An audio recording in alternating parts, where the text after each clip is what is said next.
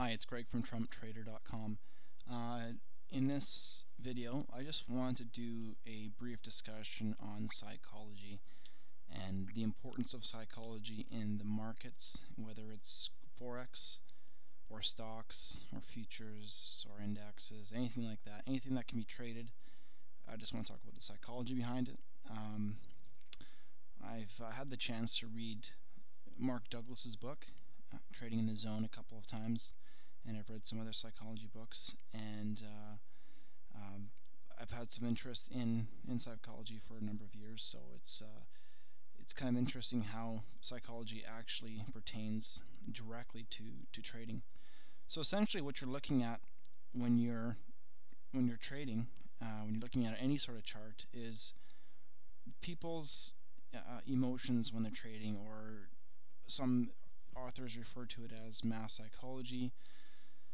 It's basically everything you look at, every tick that you see, every green or red bar, it's somebody buying or selling, whether it's an institution, a bank, the governments, or individual investors like ourselves.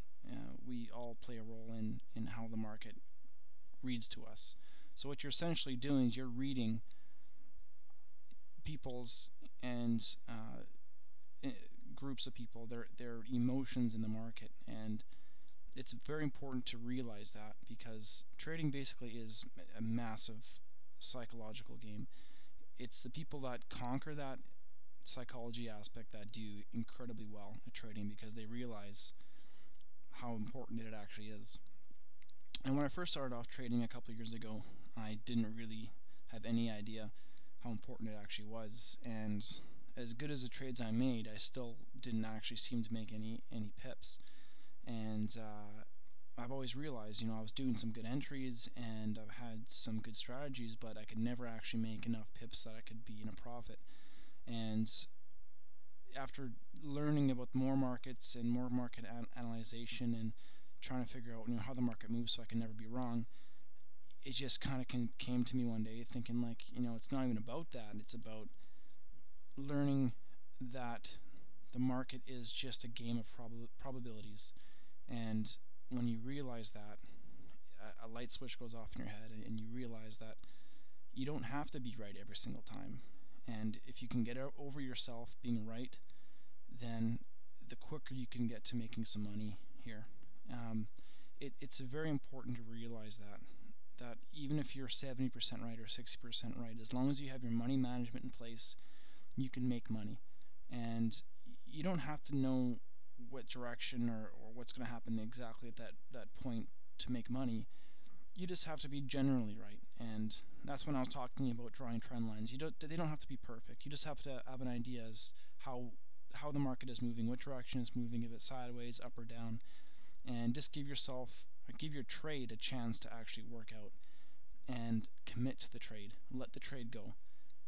There's no sense in sitting there watching every single tick on the 5-minute or 1-minute charts and working that up in your head, because if you look at it and you see the market come against you, you'll start thinking, well, maybe I was wrong. You'll second guess yourself, and that's your emotions taking over. If you were able to take out your emotions, you'd realize, well, those are the risks that you took, those are the odds that you took, you accepted the trade, so you're going to let it go no matter win or lose.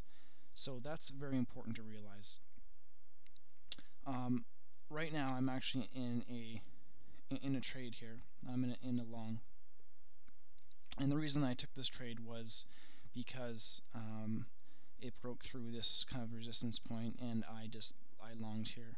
And I'm looking at the price now, and it's up 20 pips, and you could say to yourself, yeah, you'd like to to actually close this out for 20 pips. That's pretty good, but this is a trade I committed to. I committed in getting at least 50 pips out of this trade. So if it comes back to me and it comes back down, then unfortunately, the trade didn't work out. But guess what? There's going to be endless amount of opportunities in the market. It's going to be amazing, the amount of opportunities that are here. It's going to happen every single day. It's going to happen tomorrow, the next day, 50 years from now. There's always going to be opportunities in the market. So you can't just say, oh, this trade didn't work out, and kind of worry about the trade. Like, you have to let go of the trade as soon as you click the trade button and move on to your next trade. Look for your next entry, or manage the trade and scale in or scale out. It's all about controlling your emotions, and I really suggest reading the book Trading in the Zone by Mark Douglas. It kind of gives you an understanding, a better understanding than how I can explain it to you, to how to control these emotions. It's just incredibly important to do. And even if you think of it like flipping a coin and you're right 50% of the time, well, if you're right 60% of the time, you're making money in foreign exchange. It's not that hard as long as you have your risk management in place. That's very important. And the key to that is controlling your emotions. Like every single aspect of trading is coming down to your emotions and controlling them, whether it's committing to a trade or um, having your stop losses set and you don't actually move it. Like if I were to move the stop loss back or whatever, like that's letting my emotions take control. It's not thinking logically.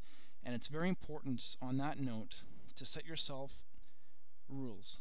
And what that is going to tell yourself, well, no matter how much I'm thinking emotionally, these are the rules I set up before I was actually in the trade, so I was thinking logically when these rules were made.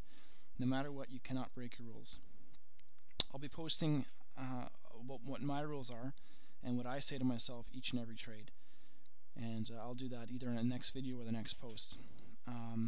So regardless, this is the trade that I'm doing in here right now. I like that it broke out of here. I think I could have a shot at making 50, 60, 70, 80 pips. It may go to 5100. I don't know, but I don't have to know. This is the edge I took, and I'm happy to win or lose this. Doesn't really matter. And once you can get over that thought of, oh, I don't have to be right every single time. Well, guess what? You'll start making money in the market. There's no secret indicator. There's no one making this special indicator that can read any sort of market. The sooner you can read price action, the sooner you can make money. All you're looking at is emotions. So when I'm looking at trend lines, I'm looking at places where the price is having trouble getting across, or I'm looking at where the price is getting pushed down. Like here, you can see there, with these wicks like that, there is issues here, and you can just figure out technically where the market could be headed. Not for sure, but could. So when your edge is there, and I have 4 ways to trade, which I'll be talking about later in another video or in my blog. If it meets one of those 4 criterias, and if it does, I move on to my rules. I follow that trade, and that's it. I move on, and I think about my next trade. Once you can get there, I promise you, people that are listening, you will make money in the market. Anyways, I'll quickly go over the Euro US. This is I could just add this as my daily analysis for tomorrow, October 22nd. I could see us hitting 1500, maybe past it, or my edge is telling me it's going up. And until it breaks this 4-hour trend line, I'm still in an uptrend. I'm still happy to be in an uptrend. So even if I lose this trade, which I'm willing to accept 100%, and the price comes down to 49.50 or 49.40 or whatever, I'm going to get in along, and my stop loss is going to be 20 or 40 pips, or 20 or 30 pips, with a take profit of double that. So 2-to-1 ratio. Always remember that. So we're still in an uptrend. I would like to see maybe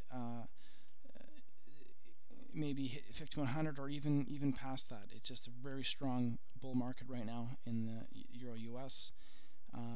This is the 30-minute time frame on the Euro US, and until it tells you otherwise, just go with the trend. You can counter trend trade. I'll do a video on that, but you got to be a lot more selective on your trades and a lot more tighter stop losses and take profits. So that's something like you do like a 10 pip stop loss and a 20 pip take profit or whatever. You want to get your 2-to-1. So I'm going to let this trade go, and I hope you learned something. And if you have any questions, feel free to visit my blog at traumatrader.com. I updated the aesthetics of it, so hopefully it's easier to read and it's a little bit nicer. Other than that, we will talk to you next time. Take care.